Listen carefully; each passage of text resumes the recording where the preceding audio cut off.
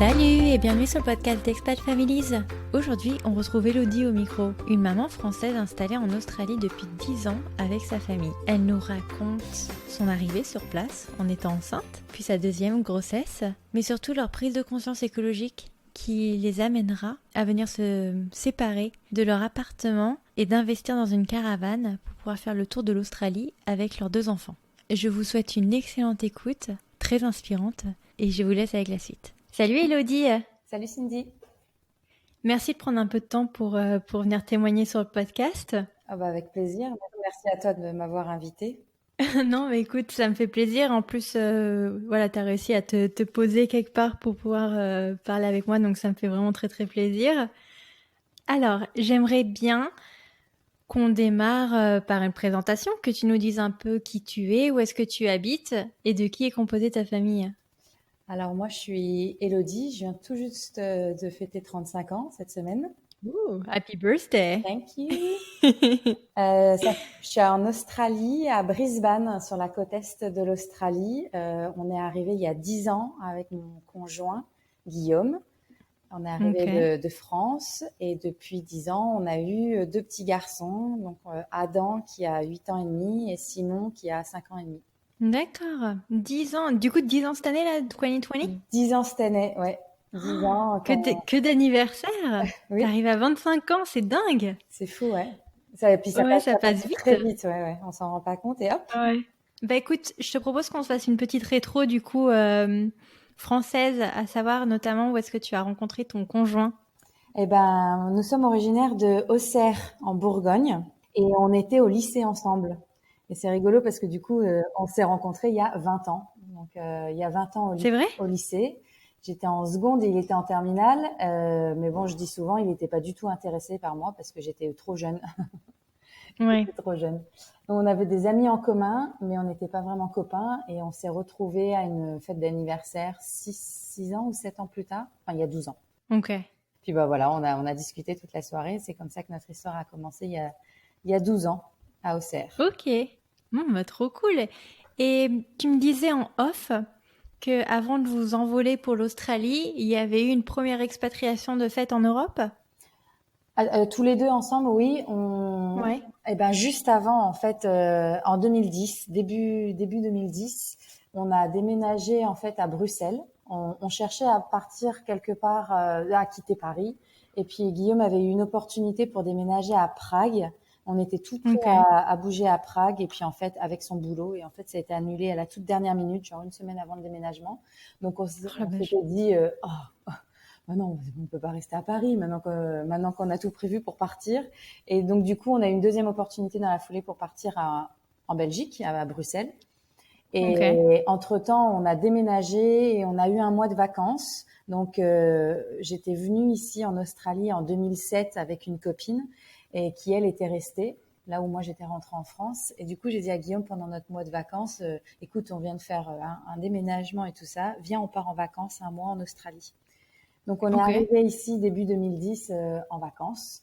Et en fait, pendant le mois de vacances, Guillaume a retrouvé à Brisbane un vieux copain de BTS qu'il n'avait pas vu depuis 10 ans. Et ce copain-là lui dit tiens, j'ai mon boss qui cherche à embaucher un francophone avec ton profil, vendeur, commercial, bilingue. Et du coup, Guillaume a dit, écoute, pourquoi pas, essayons. Et il a fait un entretien par téléphone, il a eu le boulot. Et le mec lui a dit, ok, je te veux, je t'attends.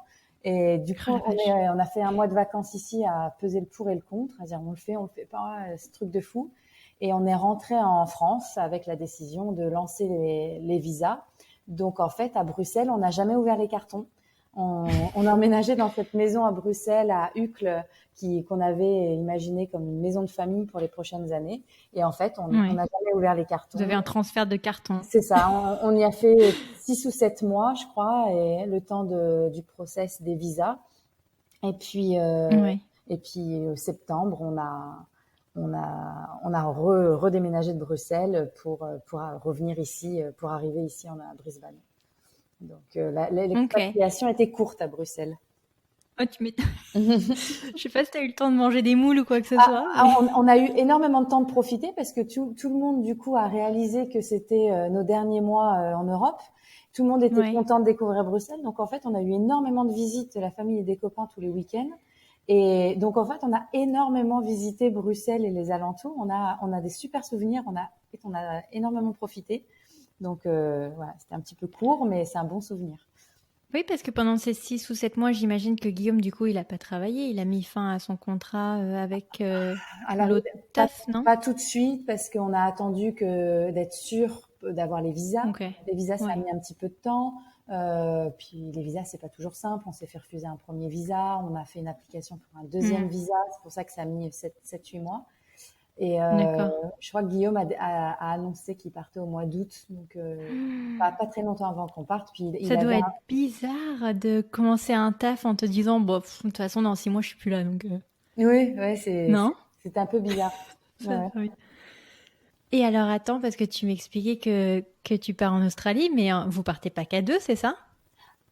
Ah bah non, quand on est parti emménager en Australie au mois d'octobre, j'étais enceinte de 3 mois. Donc on a appris durant l'été, juillet-août, que j'étais enceinte. Et c'est marrant parce que euh,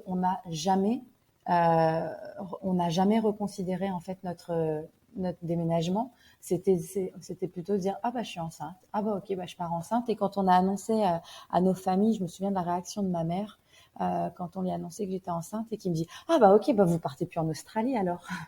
Ah bah si, Si, si. si en fait.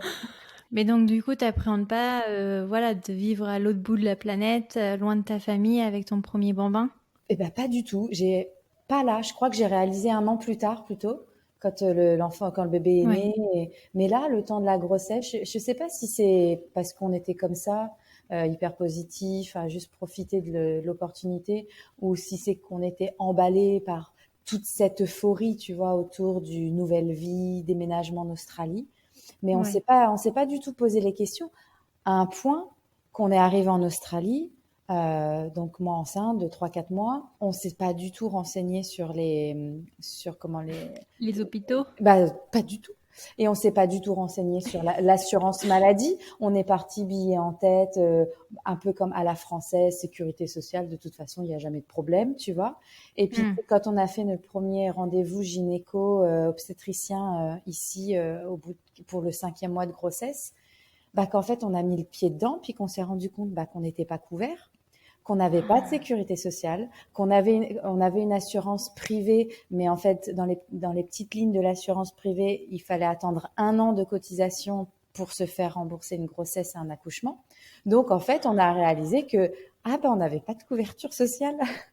Ah mince. Et donc Ah la vache. pas de Ouais. couverture sociale, t'as pas le choix ici en Australie, tu peux pas passer par le système public Hmm. sans couverture sociale, tu es obligé d'aller en privé et donc du coup tu es obligé de payer le prix du privé.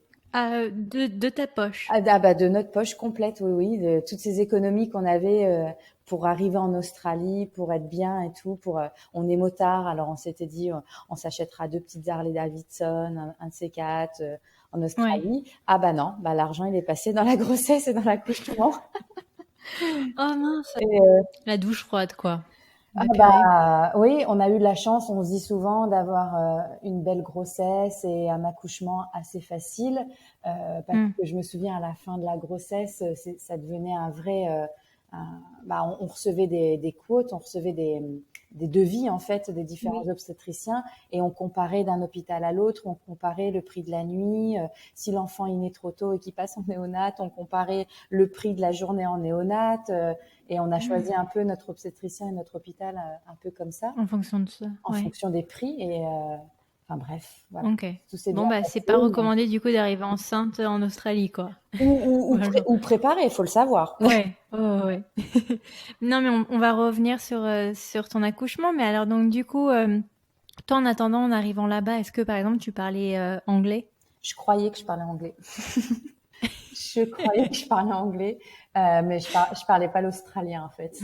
Ouais, ouais, non, mais ils ont un accent, c'est étonnant, hein. C'est particulièrement ici, en plus à Brisbane, dans le Queensland. Non, non, j'étais très surprise en arrivant. Je comprenais rien. Je comprenais pas. Et Donc, ça a mis un peu de temps. Ouais. Mais alors, donc, du coup, comment tu gères la logistique pour trouver l'appart ou la maison ou dans quel quartier tu vis? Enfin, vous y avez déjà passé un mois avant, tu me disais, donc est-ce que ça avait joué sur... Alors, est-ce que vous aviez déjà en amont regardé un peu où est-ce que vous vouliez vivre? ouais, on y avait passé un mois avant en vacances. Moi, j'y avais passé 4-5 mois, 3 ans avant avec une copine. Donc, D'accord. ça a aidé à connaître la ville. On s'est fait, on avait trouvé un appartement. Non, non, j'ai des bêtises. On est arrivé, on a habité en coloc chez des amis d'amis. On a habité en Ok. coloc quelques semaines, le temps de trouver un appartement. Après, on a fini par trouver un petit appartement dans une résidence toute neuve qui me semblait parfait pour accueillir un bébé.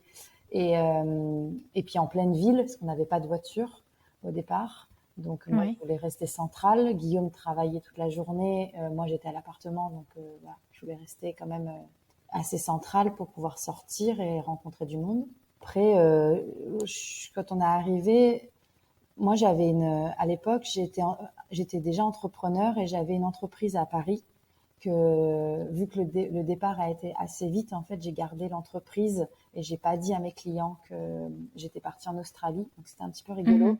parce que je faisais des Skype au plein milieu de la nuit pour gérer certains contrats. Je faisais du freelance de communication, marketing. Ouais.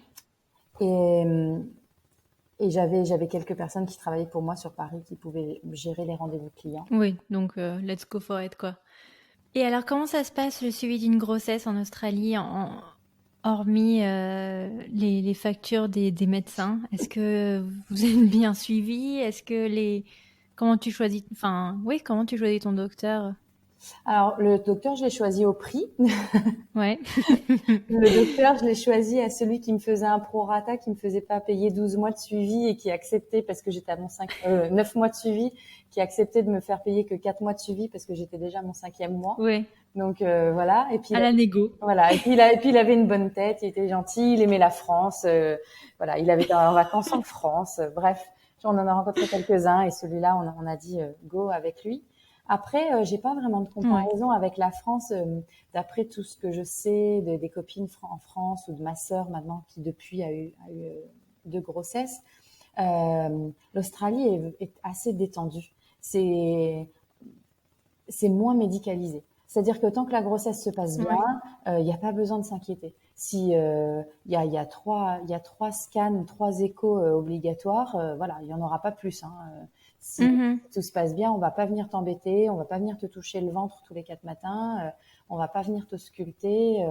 Donc voilà, c'est assez. Bon, bah, c'est cool. Ouais, Puis ouais, du coup, toi, t'as moins, enfin, du coup, moins de visites, donc moins de factures, quoi. oui, ouais, c'est sûr. Et alors, donc, du coup, comment se passe le jour J? Alors le jour J, mes parents étaient arrivés depuis 2 jours. Et j'étais à 40 semaines, 41 semaines. Donc j'étais vraiment à la Ouais. fin. Hein. Il était temps que le bébé Ah ouais. sorte.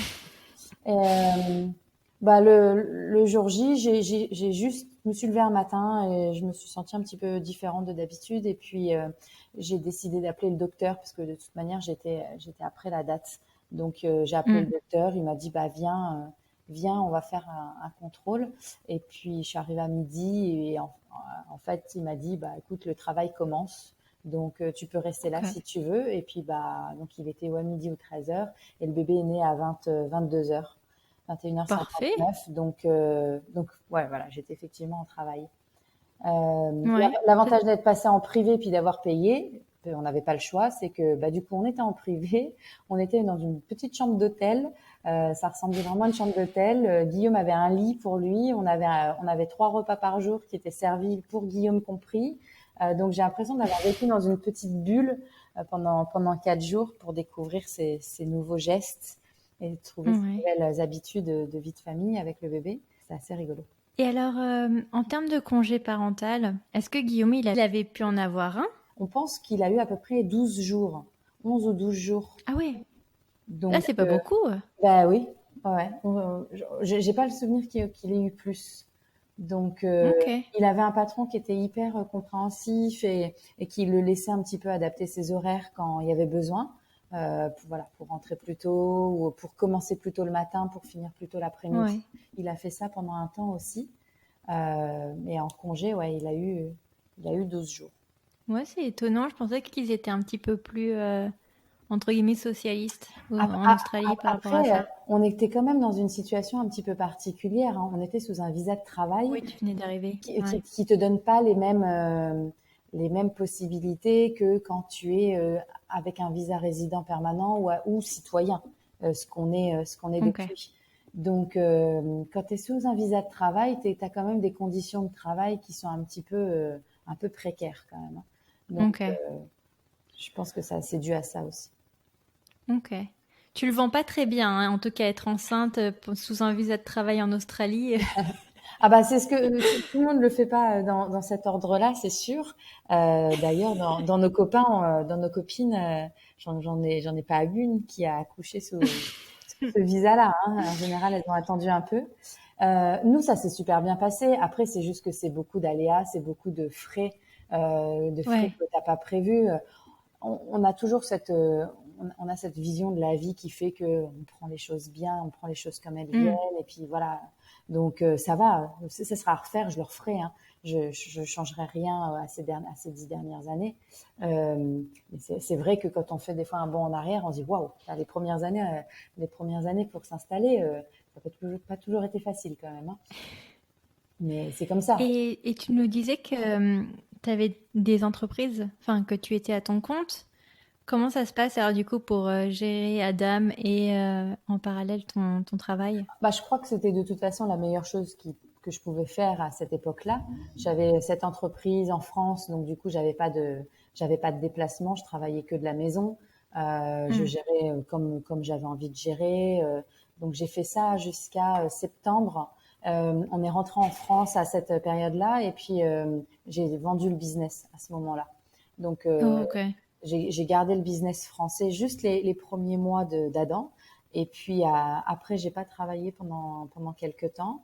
Et je crois que j'ai quasiment pas travaillé jusqu'au 1 an d'Adam. J'avais toujours mon niveau d'anglais qui était un peu so-so et qui était vraiment pas simple pour me projeter dans un travail.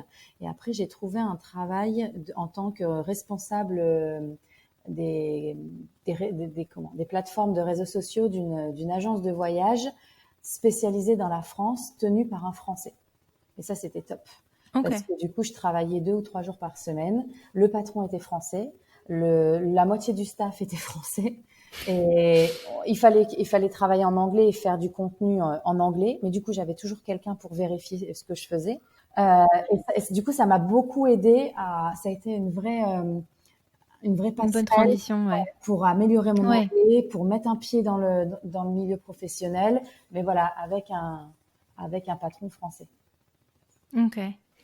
Et alors, à quel moment vous décidez, pardon, d'élargir la famille? Ben 3 ans plus tard, enfin 2 ans plus tard, on a pris la décision. Et puis Simon est né. Donc Simon est né Ouais. en février 2015. Ils ont tout juste 3 ans de différence. D'écart? Ouais. Du coup, vous aviez pu changer de visa en attendant ou Alors c'était juste, toujours le même? c'est très rigolo parce que pour Simon, j'ai appris que j'étais enceinte. On n'avait toujours pas changé de visa et j'ai dit au médecin non non non, mais moi je veux pas faire de rendez-vous médicaux tant que j'ai pas la carte Medicare. Et du coup, le médecin rigole et me dit, bah là, tu vas avoir une prise de sang à faire. Et je dis, non, non, mais je suis éligible au visa de résidence permanente dans 2 semaines. Donc, dans 2 semaines et un Oui. jour, je fais la demande de carte Medicare. Et c'est ce qui s'est passé, en fait. Je suis tombée enceinte et puis un mois après, on est devenu éligible à la résidence permanente. Le lendemain, je suis allée au bureau social pour faire ma demande de carte Medicare. La dame était morte de rire en disant ah bah dis donc on arrive c'est la première fois que je vois quelqu'un qui arrive aussi vite pour demander sa carte de sécurité sociale. Je dis, oui mais bon je suis enceinte d'1 mois et demi donc si là je pouvais l'avoir et j'ai attendu cette carte pour commencer mes prises de sang et les premiers tests et là c'était le jour et la nuit. Du coup Simon est né en hôpital public. On n'a rien payé. J'étais pas suivie par un obstétricien, du coup j'étais suivie par une sage-femme, par des sages-femmes en public. Ok. T'es pas obligé d'avoir un Ouais. obstétricien en public. Et puis j'ai accouché et puis 6 heures après j'étais rentrée à la maison.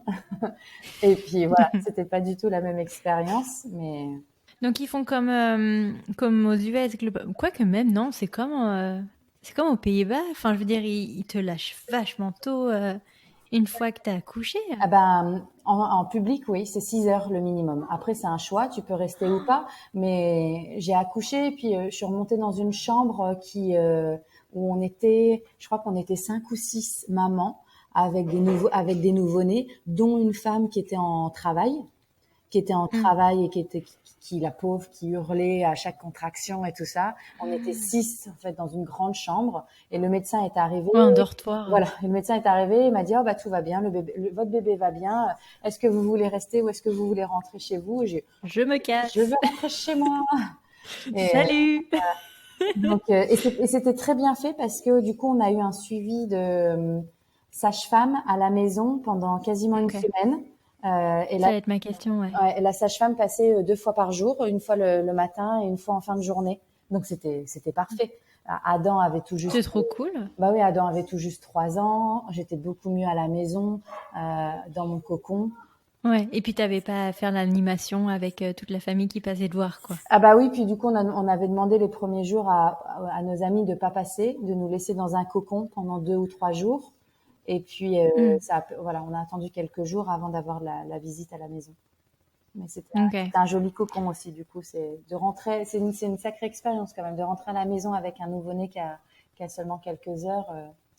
Ouais, j'imagine. Mm. Ça doit faire bizarre.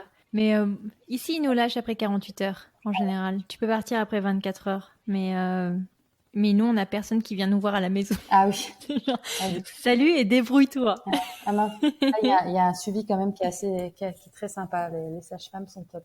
Ouais, et comment ça se passe alors l'allaitement si tu veux mettre en place un allaitement en Australie? Ah bah, Est-ce que t'as quelqu'un, une consultante en lactation qui vient te voir? je pense que l'Australie est le pays de l'allaitement. Je sais pas comment c'est aux US, mais ici, Ah, je sais pas, apparemment la Nouvelle-Zélande c'est pas mal non plus, ah hein. ouais, bah, ouais, on n'est pas loin. Mais non, non, ici, l'allaitement, ils sont pro allaitement, donc c'est vrai que tout est fait pour te pousser pour l'allaitement. On a les family rooms dans les centres commerciaux, tu sais, à côté des toilettes. Chaque centre Hmm, commercial a une pièce familiale où tu as des fauteuils avec des rideaux pour te poser et allaiter. c'est cool, ouais. Il y a dans le milieu professionnel, il y a énormément Des d'entreprises. Alors, salles, pas toutes les ouais. entreprises, mais beaucoup d'entreprises ont quand même des salles pour accueillir les mamans avec leurs nouveau-nés. J'ai beaucoup de copines euh, qui sont retournées au travail avec des nouveau-nés et qui pouvaient emmener leur nouveau-né au travail. Donc, qui reprenaient le boulot, mais qui avaient le nouveau-né dans le couffin à côté. Et Oh, trop drôle. tout le monde a été assez flexible pour que la maman voilà, puisse s'absenter pendant une demi-heure, aller nourrir son bébé ou Ouais, aller tirer son lait. C'est quelque chose qui est il assez revient. courant, qui est très courant et où tout le monde est assez flexible avec ça quand même. Mais sans nécessairement mettre de pression sociale à te dire si t'allaites pas, t'es un mauvais parent, quoi. Euh, Ça dépend des gens, mais c'est pas, ça vient pas de la société, c'est très individuel. J'ai déjà rencontré certaines personnes un petit peu dures j'ai pas allaité Adam, j'ai allaité Simon, mais pas Adam. J'étais encore très dans ma Oui. culture franco-française pour Adam et où l'allaitement est moins courant. Hmm. Et c'est vrai que pour Adam, quand il était bébé et que j'ai donné le biberon, j'ai déjà eu des réflexions de dames dans la rue ou qui comprenaient pas. J'avais une dame un jour qui était venue et qui m'avait dit oh, je suis désolée pour toi que tu puisses pas allaiter ton enfant. Elle avait dû croire que je pouvais pas Que allaiter. t'avais un truc, J'avais ouais. un truc et j'étais non mais ça va. Ou une sage-femme pour Simon qui m'avait dit est-ce que vous allaitez ou avez-vous décidé de nourrir artificiellement votre enfant? Euh, non, non, je vais allaiter, tout va bien, t'inquiète pas. Mais parce que je sais qu'en Nouvelle-Zélande, Marion, elle m'expliquait que par exemple, il fallait que tu ramènes ton propre lait en poudre si tu voulais pas allaiter ton enfant, en fait. Ah, mais en fait, non, mais t'as complètement raison, j'avais oublié. Non, non, pour Adam, on a ramené nos biberons, on a ramené nos biberons et notre lait en poudre à l'hôpital, à la naissance d'Adam. Oui, Ouais, oui, donc c'est le même combat. Tu sais, oui. je trouve ça un peu autant tu peux dire oui, c'est bien, mais tu vas pas aller culpabiliser une nana qui a pas envie d'allaiter, quoi. Ouais. Bon, c'est étonnant. Ouais, puis Euh, et puis en France, c'est l'inverse où on va les culpabiliser certaines mamans qui veulent allaiter. ouais. Donc, Genre, t'y arrives pas, allez, tiens, prends le biberon. c'est ça. Mais oui, en France, ils devraient proposer un tire-lait au lieu de proposer directement le lait en poudre. Mm. Mais bon. Écoute, hein, ça fait partie de la vie. Euh, du pays, je pense, ouais, ça fait partie de la culture du pays dans lequel tu vis, malheureusement. Et alors, tu travaillais toujours pour cette boîte française quand tu as accouché de Simon? Alors, quand j'ai accouché de Simon, j'avais créé quelques mois avant une nouvelle entreprise ici en Australie Ok. qui s'appelait S'il te plaît. Et j'importais des marques françaises, des marques de créatrices françaises. Donc, je travaillais Trop avec une cool. dizaine de créatrices très artisanales Ouais. qui fabriquaient des choses de décoration pour bébés, pour enfants. Et Mhm. j'importais leurs produits ici et que je revendais à des boutiques. D'accord. Mais trop cool. C'est ça que je faisais quand Simon est Tu né. l'as gardée, cette boîte? Je l'ai pas gardé depuis parce que Oh. entre-temps, depuis 2016, avec mon mari, on s'est lancé dans d'autres entreprises. On travaille ensemble Oui. dans une industrie complètement différente puisqu'on travaille dans l'industrie du pneu. Et du coup, Ouais. cette entreprise, je l'ai revendue, je m'en suis séparée il y a quelques mois. Oh, il y a quelques mois seulement. Waouh. Ouais. Ok. Et alors aujourd'hui, Adam et Simon, ils ont quel âge? Si on essaie de faire le bilan un peu. Quasiment 6 et 9. Et alors donc du coup, est-ce que tu peux nous expliquer comment ça se passe le système scolaire en Australie, à savoir la crèche, la maternelle, l'école, tout ça? Alors, il y a pas de maternelle comme nous on la connaît. Il y a des crèches. Les crèches sont privées, c'est-à-dire que tu peux mettre ton enfant en crèche de 0 à 5 ans. C'est privé et non obligatoire. C'est-à-dire une journée de crèche coûte une centaine de dollars par jour. Un rein. Si tu es résident permanent ou australien, tu as des aides. Tu as des aides du gouvernement qui te remboursent entre 50 et 70% selon tes revenus. Ok. Si t'as pas d'aide, tout est de ta poche. Euh, La vache. Ouais. donc en fait voilà, il y a un système de crèche privée de 0 à 5 ans. Et la dernière année de crèche, 4-5 ans, il y a un système qu'on appelle le Kindy, le kindergarten, et qui en fait Ouais. est un peu l'équivalent d'une année de maternelle, qui est une introduction à l'école, là où après les enfants rentrent à 5 ans à l'école primaire. Ok. La rentrée scolaire est fin janvier, parce que l'année scolaire ici, elle est de fin C'est janvier ça. à Oui, c'est décembre. pas septembre, juin, c'est janvier. Ok. Ouais, ouais, Ouais, ouais. c'est ça, c'est janvier-décembre. Et quand ils rentrent à l'école fin janvier, ils doivent avoir 5 ans avant le 30 juin. Ok. Et Bon, donc ceux qui sont nés en fin d'année sont. ceux qui sont nés en fin d'année, du coup, rentrent à 5 ans et demi, enfin, Ouais. après leurs 5 ans. Ouais. C'est un petit peu comme en France, hein, de toute manière, l'année est de septembre à juin, et je pense qu'il faut avoir tes 3 ans avant fin décembre. Ouais. Donc, Mais je sais pas comment elles font les mamans, tu vois, pendant 5 ans.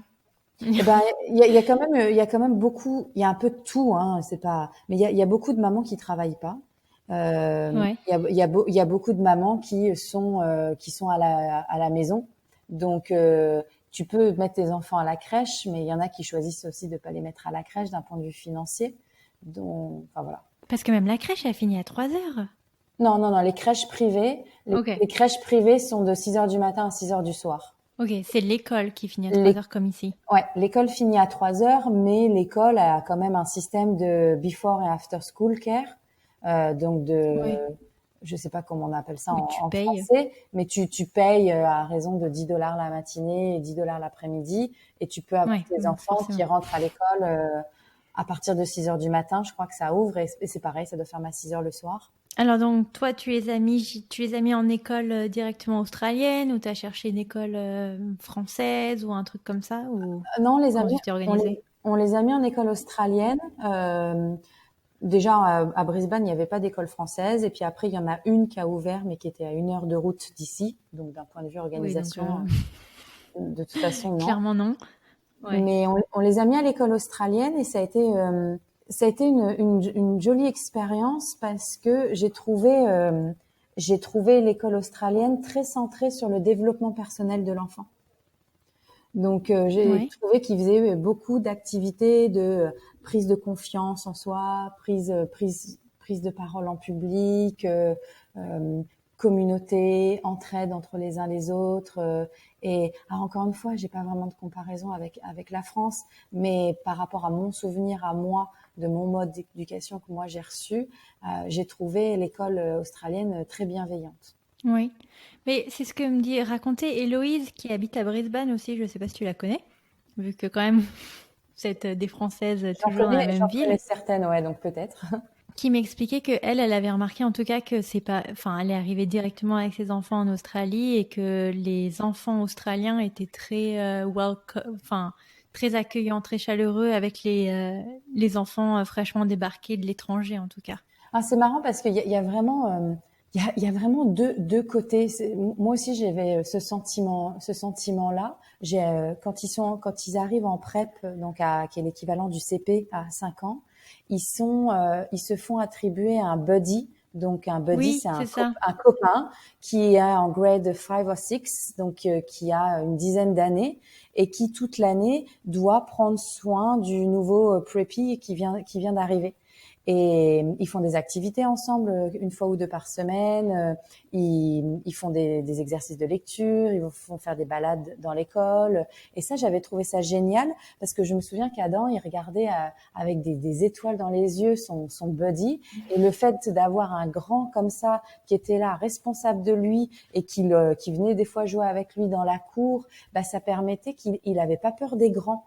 Il était Oui. vraiment, les petits sont vraiment bien accueillis par les grands. Donc il y a plein de petites choses comme ça qui montrent que il y a une bienveillance. De toute manière, l'Australie et la relation humaine australienne est basée sur le mateship, c'est le côté copain-copain. Et tout est basé comme ça, tout est basé sur l'entraide, tout est basé sur la bienveillance entre voisins. Donc c'est quelque chose qu'on retrouve à Mm. l'école. Je trouve que c'est quelque chose qui leur est éduqué au plus jeune âge, le respect de l'autre. Mais, mais il existe quand même des campagnes de prévention contre le bullying. Donc Oui, mais il y en a, c'est malheureux, mais bon, t'as des et cons partout, hein. bah voilà. Et il y a quand même pas mal d'histoires, c'est vrai, de gamins qui se font enquiquiner. Comment on dit bullying en français? Je n'ai pas d'équivalent. Quand harceler, c'est ça, Harceler, non? c'est C'est ça, le ouais. harcèlement? C'est l'harcèlement. Ouais. Et il y a quand même pas mal d'histoires, et que ce Mais soit ça, c'est partout. ça Ouais. dépend de l'éducation des parents, quoi. Franchement, on en parle avec mon mari, on se dit, ben, si un jour notre fils il se fait harceler, enfin, ouais, tu vas voir le parent, mais si le parent c'est un pauvre type, Bah, c'est dur, hein, tu... parce que ce soit dans des écoles privées, dans des écoles publiques, que ce soit dans des quartiers aisés ou dans des quartiers un peu plus socialement bas, ça existe partout.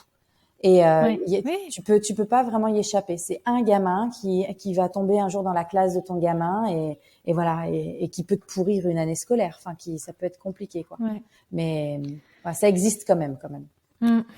Bon, bah écoute. Donc j'imagine que à l'école ils parlent anglais et que tous les deux quand ils rentrent à la maison ils parlent français. Ouais, ça c'est top.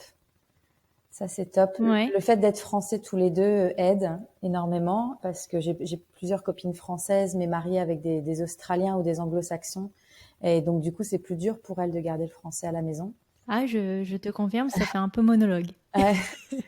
Donc, On se nous, sent un peu seul. le fait d'être français tous les deux, bah, on parle français entre nous.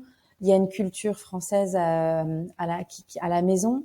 Les enfants ont un vrai, voilà, c'est à l'extérieur, c'est en australien, et puis à la maison, c'est en français. On parle français tous les quatre. Et ce que j'adore aujourd'hui, c'est qu'ils parlent français entre eux. Et Ouais. je trouve ça génial. Mais aujourd'hui, je crois que ma plus grande fierté, c'est quand je les entends parler anglais. Ça a tellement été dur pour moi quand je suis arrivée ici. C'est ce que j'allais te demander. Du coup, t'as appris avec eux, non, à l'école? Bah, je pense que j'ai vraiment galéré avec mon anglais les premières années et j'ai vraiment eu un déclic avec mon anglais il y a 3-4 ans quand Adam est rentré à l'école parce que Ouais. l'école m'a apporté mes premières copines australiennes. J'ai jamais vraiment sympathisé avec des mamans à la crèche, parce qu'à la crèche c'est un peu moins personnalisé. C'est tu viens, tu poses ton enfant, tu repars. Oui, c'est ça, et tu repars. Ouais. Alors qu'à l'école, le fait d'être inclus dans le groupe de classe, j'étais volontaire auprès de la maîtresse. Elle demandait toujours des volontaires dans les parents pour venir passer quelques heures dans la semaine pour aider la maîtresse dans la classe. Et du coup, ça m'a permis de rencontrer des mamans australiennes et de devenir copine avec certaines. Et c'est là que mon anglais a vraiment, vraiment progressé. Et puis, du coup, enfin, moi, aujourd'hui, je parle bien anglais et j'ai beaucoup moins de problèmes de ce côté-là. J'ai toujours un accent français, mais qui aujourd'hui, je pense, je perdrai pas. Par contre, quand j'entends parler mes enfants, c'est pas juste le fait de parler anglais, c'est ce bilinguisme, c'est cette double façon de penser. C'est d'être capable de faire une journée en anglais, de rentrer à la maison et de nous raconter en français ce qui s'est passé. La maîtresse m'a dit que, et ils vont nous le dire en français, alors que la maîtresse, évidemment, leur a parlé en anglais. On a eu une conversation rigolote il y a quelques jours avec Adam, ils ont regardé un film. Il était incapable de nous dire s'il avait regardé le film en anglais ou en français. Parce que pour eux, c'est naturel. C'est naturel. Ouais. Et ça, c'est... Et ils ont pas honte je pourrais penser, hein, je suis désolée, j'ai l'impression de poser que des questions un peu négatives, mais ils auraient pas honte, genre toi, de ton accent français à l'école? Bah écoute, ils me l'ont jamais fait ressentir. On a eu quelques épisodes un peu rigolos parfois où je dis Adam parce que c'est le plus grand, donc c'est avec lui que j'ai eu le plus d'échanges comme ça, mais où Adam me comprend pas dans quelque chose que je vais dire en anglais, et puis je finis par lui épeler et il me dit et il va me dire ok, et il me redit le mot avec l'accent, et là moi je suis là ok, merci. C'est comme ça que je l'ai dit, non? Non, apparemment c'est pas exactement comme ça. Ce moment de solitude. Donc, mais aujourd'hui, c'est très rigolo. Des fois, je suis capable de me tourner vers Adam et de lui dire, Adam, comment on dit ça? Comment on écrit ça? Et donc, et je me dis, waouh, c'est top. Pour eux, c'est un vrai plus. Je sais pas ce qu'ils feront de leur vie et ce qu'ils vous décideront de faire plus tard, mais en tout cas, ils auront cette force-là. Aujourd'hui, ils ont cette double nationalité, parce que depuis, on est devenu australien. Donc, ils ont le double passeport. Et plus le double langage. Enfin, je suis très fière de ça, quoi. Je suis très fière d'eux. Et tu penses qu'ils se définissent plus comme étant australiens maintenant que français, ou tu sais pas? Ils savent pas encore. Quand on leur a déjà posé la question, et je crois que c'est australien qui sort en premier. Ouais. Après, c'est normal, hein. Ils sont nés ici. Bien sûr. On a été souvent en France. On a quand même gardé des relations proches avec la famille, et on a vu la famille quasiment une fois par an depuis 10 ans. Donc, ce qui est pas trop mal, ce qui est évidemment pas assez pour la famille, mais quand tu compares avec certains expats, c'est quand même pas trop mal. Ouais, tu prends toutes tes vacances là-dedans, quoi. Bah, tant qu'on était employé et qu'on n'avait que 4 semaines de vacances par an, les 4 semaines de vacances passaient par la France. Là-dedans. Aujourd'hui, c'est différent. On est entrepreneurs tous les deux. On a nos propres business. Donc aujourd'hui, on gère notre temps comme on a envie de le gérer, mais... Alors attends, ça me fait une excellente transition parce que moi, la façon dont je te connais, j'aimerais beaucoup qu'on en parle, c'est à travers votre projet Caravane, si je peux l'appeler comme ça. C'est ça, ouais. Est-ce que tu peux nous en dire un peu plus sur maintenant ce que vous faites comme activité, parce que vous avez l'air quand même super, super occupé. Alors le projet Caravane, on l'appellera notre projet 2020, notre projet de Covid, après Covid. Donc on est devenu entrepreneur en 2016. On a travaillé comme des fous dans l'élaboration de 2 business pour la vente de pneumatiques, donc de pneus voitures. Okay. On a un business à l'international qui fait du trade de pneus d'un pays à un autre. Et en 2017, on a créé une deuxième structure qui était une start-up. Donc une start-up basée à Brisbane, basée en Australie, avec des investisseurs australiens pour faire de la vente. À la base, c'était de la pure vente de pneus. Et puis en 2018-2019, on a viré un écolo un peu plus éco-responsable. On a commencé à changer nos habitudes de vie, on a commencé à changer pas mal de choses dans notre quotidien pour se rapprocher de l'éco-responsabilité, de la planète.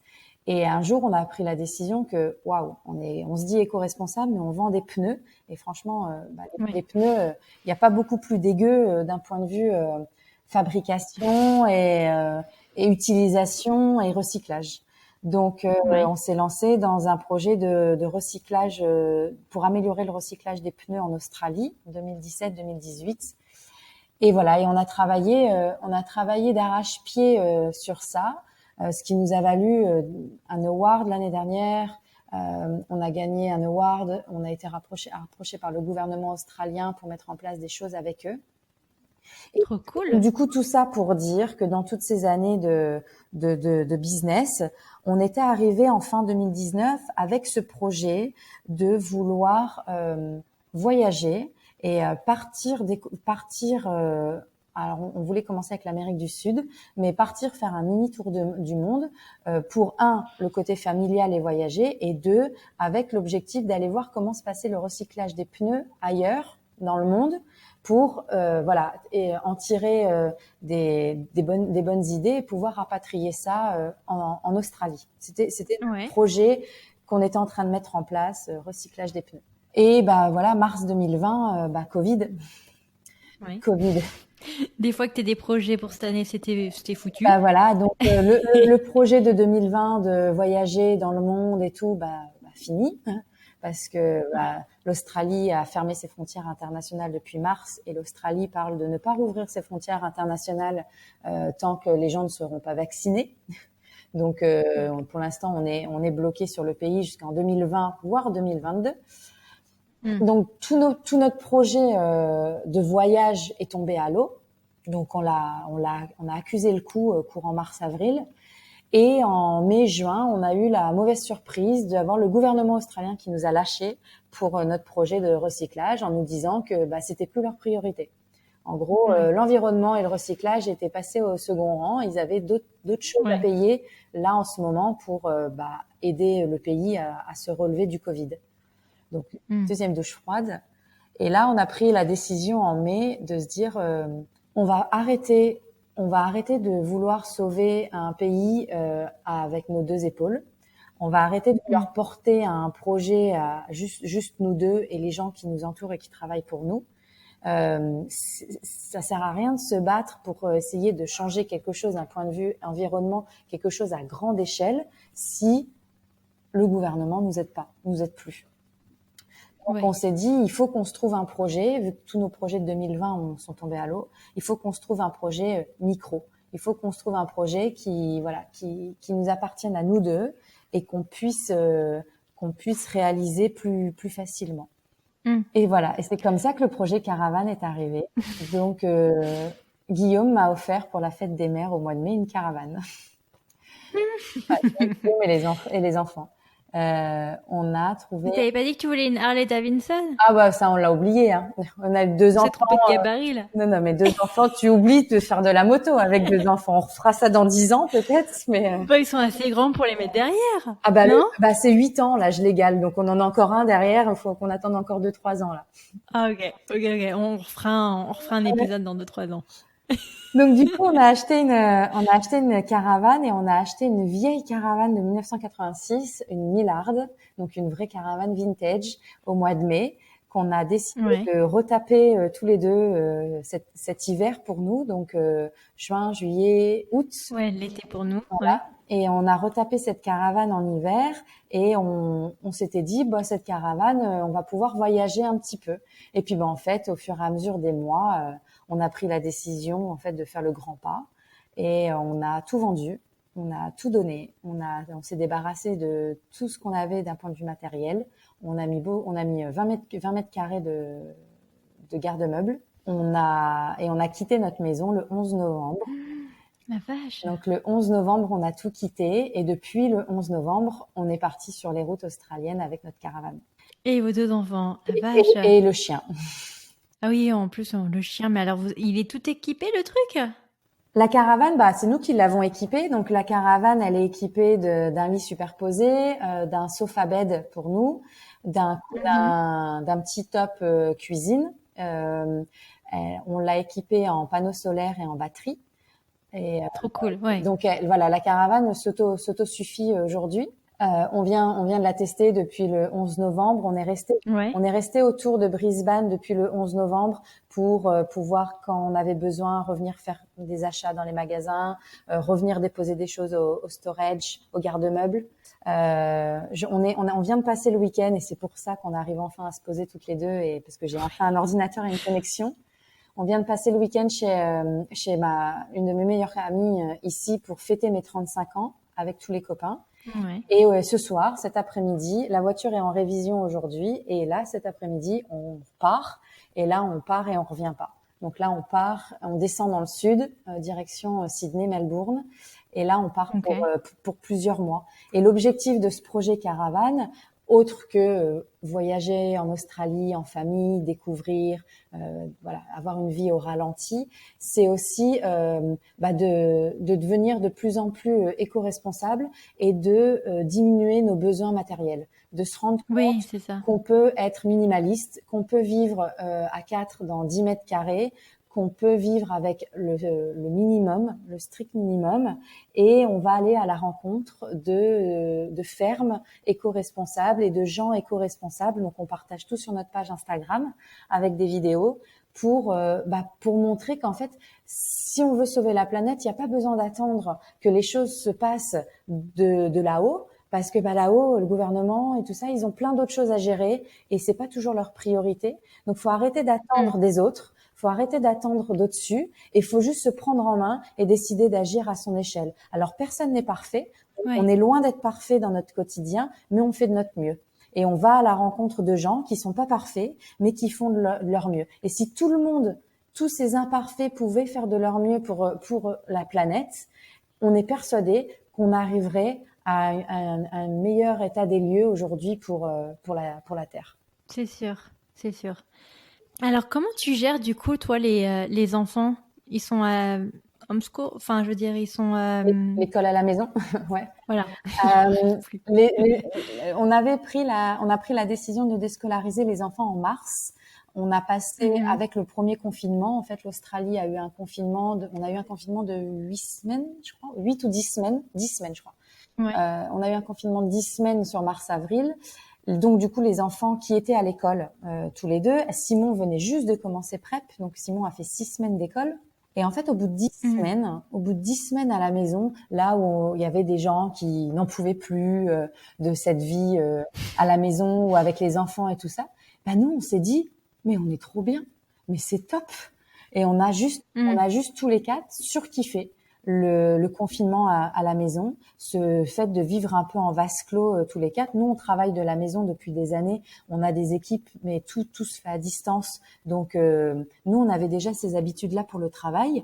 Mais le fait d'avoir les enfants en plus, on a réalisé, mais on est fiers de notre liberté à nous en tant qu'entrepreneurs, de pouvoir travailler de la maison et de pouvoir gérer notre temps comme on le veut et quand on le veut. Et en fait, on n'offrait pas ça à nos enfants.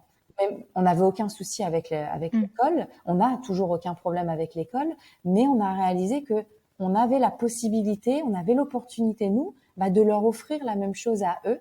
Et donc, du coup, quand l'école a repris, on a fait la demande de les déscolariser, la demande officielle pour les déscolariser et Mhm. passer en homeschooling. Donc, on fait du homeschooling officiellement depuis mai. Ok. Et comment ça se passe? Alors du coup, on vous envoie une trame de travaux à faire à la maison et c'est toi ou Guillaume qui prenez le relais? Eh ben non, c'est la beauté australienne quand je pense au combat IEF qu'il y a en ce moment en Oui. France. Je pense souvent voilà aux gens qui sont concernés en France et ça me fait un trou dans le bide d'imaginer Mhm. qu'on puisse enlever cette liberté aux parents de Oui. choisir comment éduquer ses enfants. Enfin, c'est un autre sujet.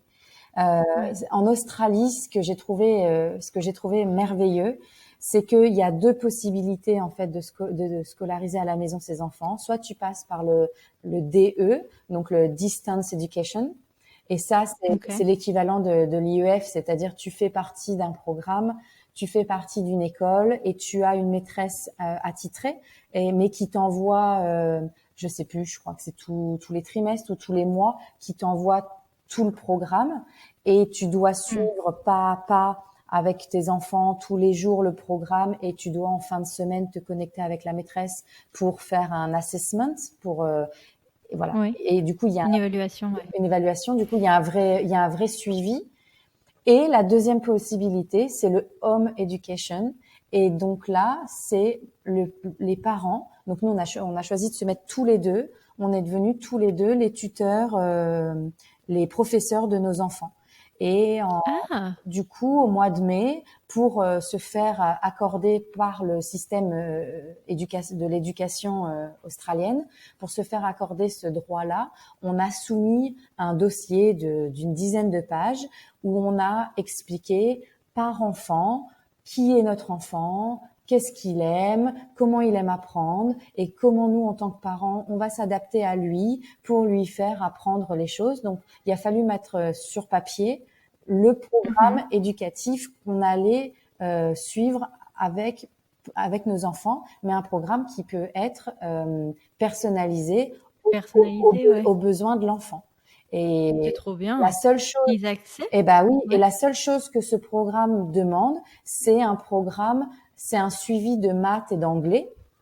Et il va falloir, au bout d'un an, donc d'ici avril-mai 2021, il va falloir qu'on soumette un rapport, un report, un rapport de fin d'année. Il va falloir qu'on écrive, photo à l'appui de leur cahier. Il va falloir qu'on montre une évolution. Avec le home education, ils attendent pas que l'enfant atteigne tel ou tel niveau à la fin de l'année.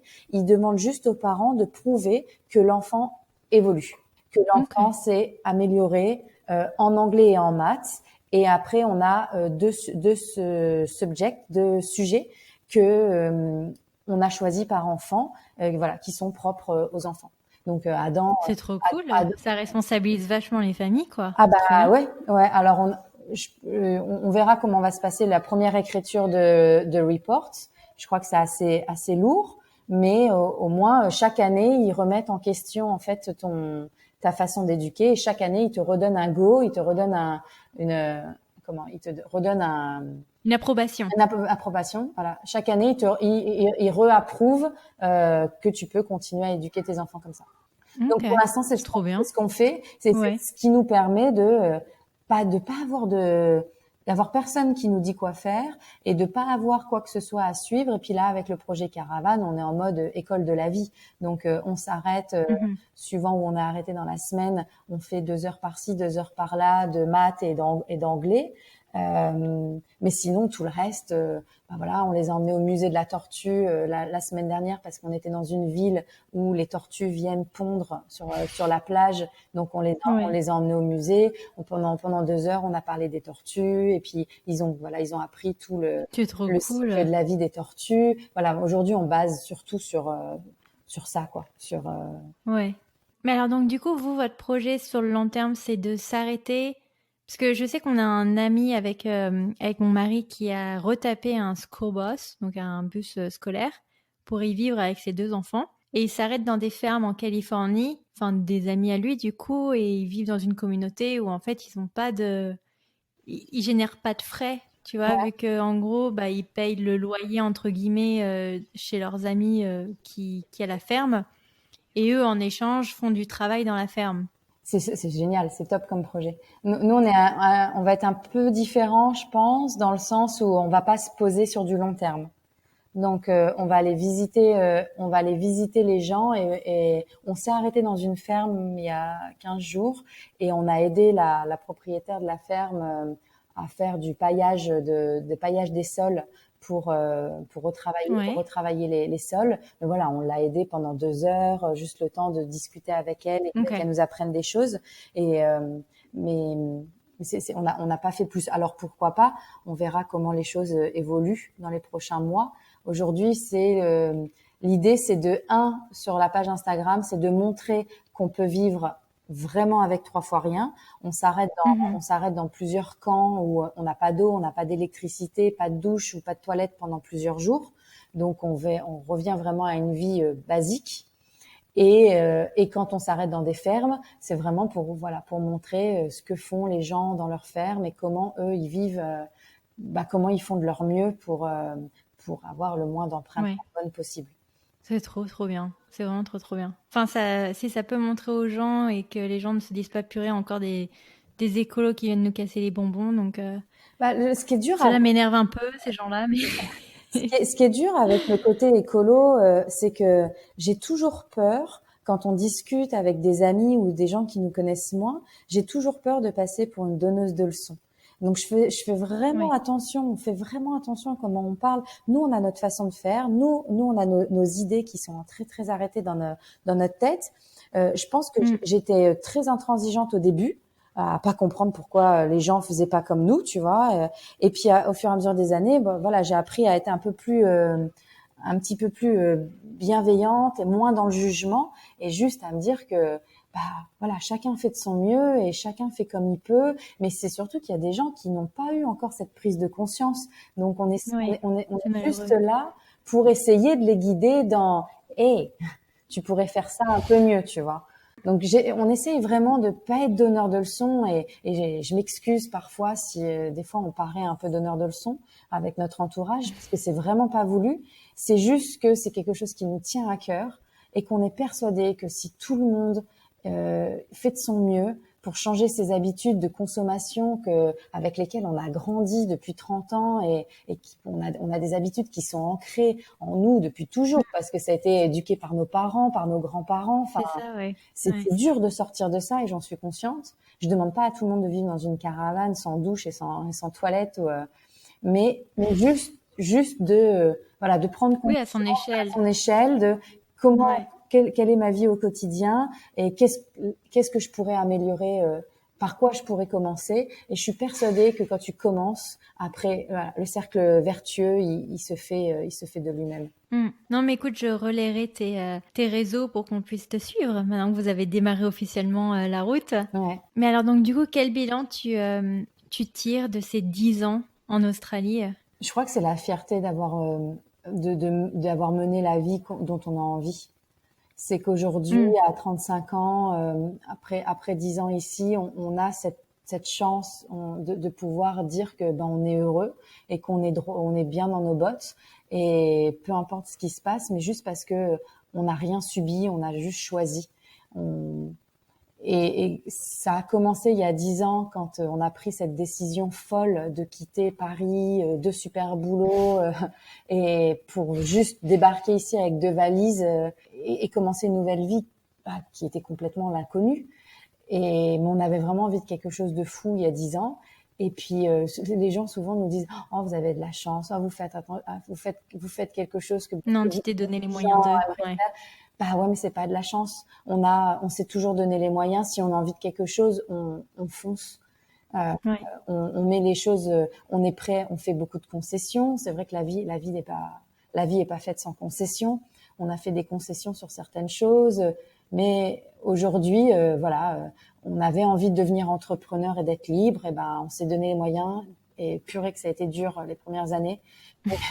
On s'est battu, et voilà, aujourd'hui, 10 ans plus tard, on a créé des business qui nous permettent de travailler que quelques heures par semaine, de pouvoir être H24 avec nos enfants, de pouvoir grandir en tant que famille, de pouvoir être leur professeur. Ça, j'adore l'idée que on relaie pas sur quelqu'un d'autre pour éduquer nos enfants. On est nous-mêmes les professeurs de nos enfants, tu vois, pour leur apprendre la vie.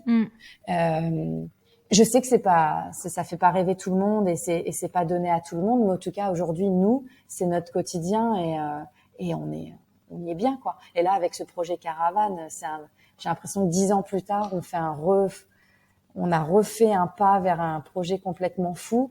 On a pris la décision en quelques semaines, et en quelques semaines, tout était vendu, tout était vide, et on est arrivé dans cette caravane, et ça fait un mois qu'on est sur la route, et on se dit mais pourquoi on n'a pas fait ça avant? Ouais. Mais regarde, moi, si je peux te donner une chronologie, c'est que tu fais ça pendant 1 an.